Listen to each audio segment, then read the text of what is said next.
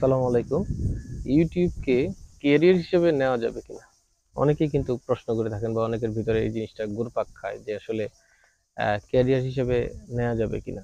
যারা এখনো ইউটিউবে আসেন নাই, বিশেষ করে তাদের জন্যে এই বিষয়গুলো খুবই দ্বিধাদ্বন্দ্বে ভোগেন অনেকেই যে আমরা কি ইউটিউবে আসবো কি আসবো না। আমি বলব অবশ্যই ইউটিউব হচ্ছে একটা লার্জেস্ট আ ভিডিও প্ল্যাটফর্ম। এখানে আসুন সবাই, নিজে এসে দেখুন এবং অন্যকে দেখান।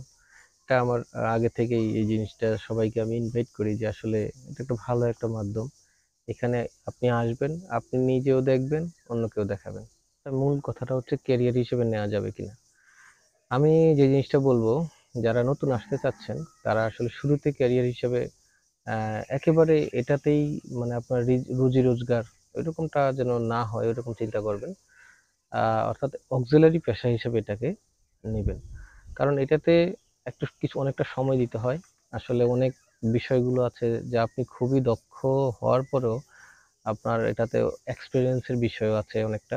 তারপর হচ্ছে কিছুটা পুরাতন হলে আপনার চ্যানেলটা একটু গ্রো করবে ভালো এবং একটা ভিডিও যখন পাবলিশ করবেন তখন দেখবেন অনেক বেশি পরিমাণে লোকজনের কাছে যাবে। তখন আর যদি ভিডিওর পারফরম্যান্স অনেক ভালো হয় তাহলে অনেক লোক এটাতে সাড়া দিবে, এনগেজমেন্ট বাড়বে। এভাবে আস্তে আস্তে যত দিন যাবে তত আপনার জিনিসটা ভালো হবে, এস্টাবলিশ হবে এবং তা থেকে আপনিও একটা হিউজ পরিমাণ ইনকাম করতে পারবেন। তখন আপনার যে মেইন পেশা হিসেবে তখন আপনি কিন্তু এটা নিতে পারেন। কারণ আপনারা সবাই জানেন যে ইউটিউবের একটা চ্যানেল খুললে ১,০০০ সাবস্ক্রাইব এবং হচ্ছে ৪,০০০ ঘন্টা ওয়াচ টাইম এটা আপনার লাগে। এটা শুরুতেই লাগে। তারপরে হচ্ছে মনিটাইজেশন অন হইলে তারপর হচ্ছে আপনার ইনকামের বিষয়।